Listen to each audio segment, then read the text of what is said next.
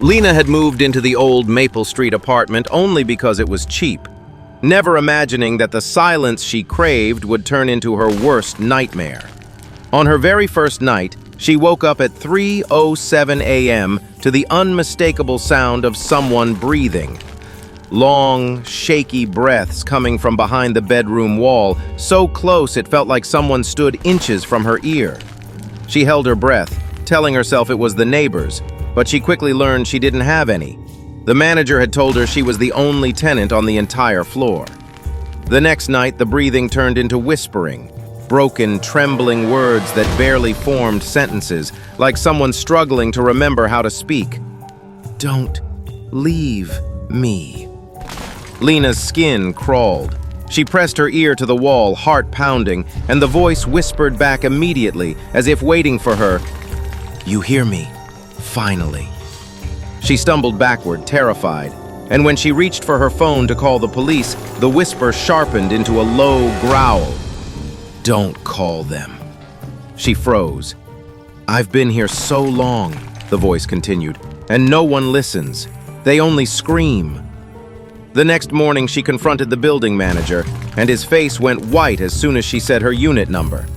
Without speaking, he unlocked a dusty storage closet and handed her an old incident report, detailing how the last tenant, another woman, had tried to claw her way into the walls, not out, leaving behind bloody fingernail marks and 6 desperate messages scratched into the plaster. The final message read, "It knows my thoughts." That night, Lena packed to leave, but as the clock struck 3:07, her suitcase slid across the floor on its own, as if shoved by invisible hands. All the lights flickered, and then the whisper returned, louder, clearer, almost inside her head. "Why are you leaving when you're the one who can free me?" The walls began to pulse like a heartbeat, the floorboards shaking as something moved inside them, slow, heavy, crawling closer. Lena screamed and ran for the hallway, but the front door slammed shut, locking itself. The whisper rose into a furious hiss. "Don't walk away again!" The walls bulged outward, stretching like something inside was pushing, trying to force its way through. A pale shape pressed against the paint, the outline of a face, screaming silently from inside the drywall.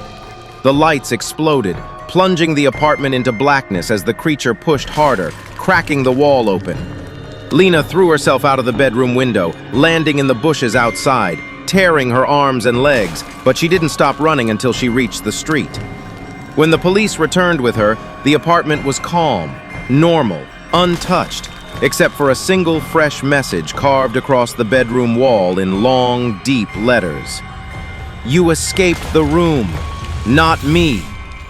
That night in the motel where she stayed, at exactly 3:07 a.m., her bathroom mirror fogged over by itself, and a message slowly appeared on the glass, written by a hand she couldn't see. "Now there are no walls between us."